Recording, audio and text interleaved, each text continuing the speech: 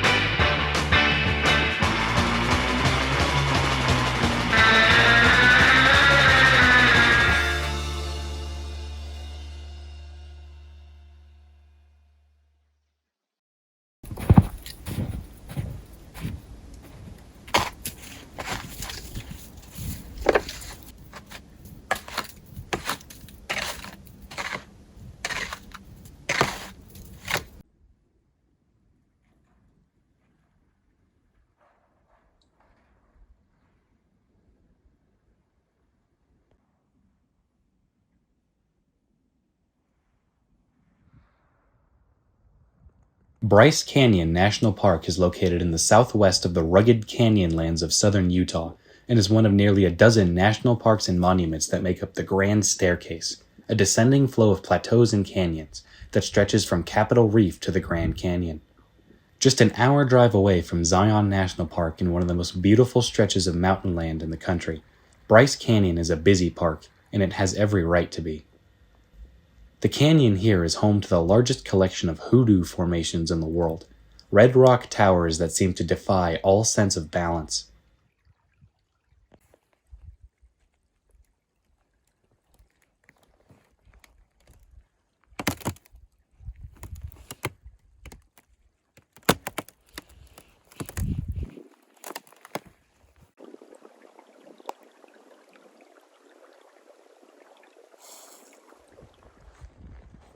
The trail you see here is a short hike to Moss Cave, in a small and serene frozen creek buried underneath the snow and tucked beneath the massive formations to come.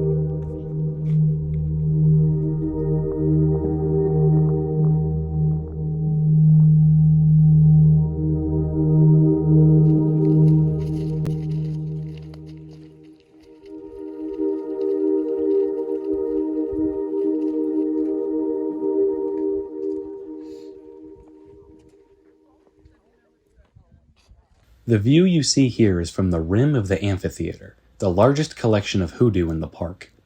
Hoodoo formations are one of the strangest and most unique rock formations in the world. Although they can be found on every continent, Bryce Canyon is by far the largest and densest collection of them on the planet. Here's where it looks like maybe a few people got too close to the edge. Whoop.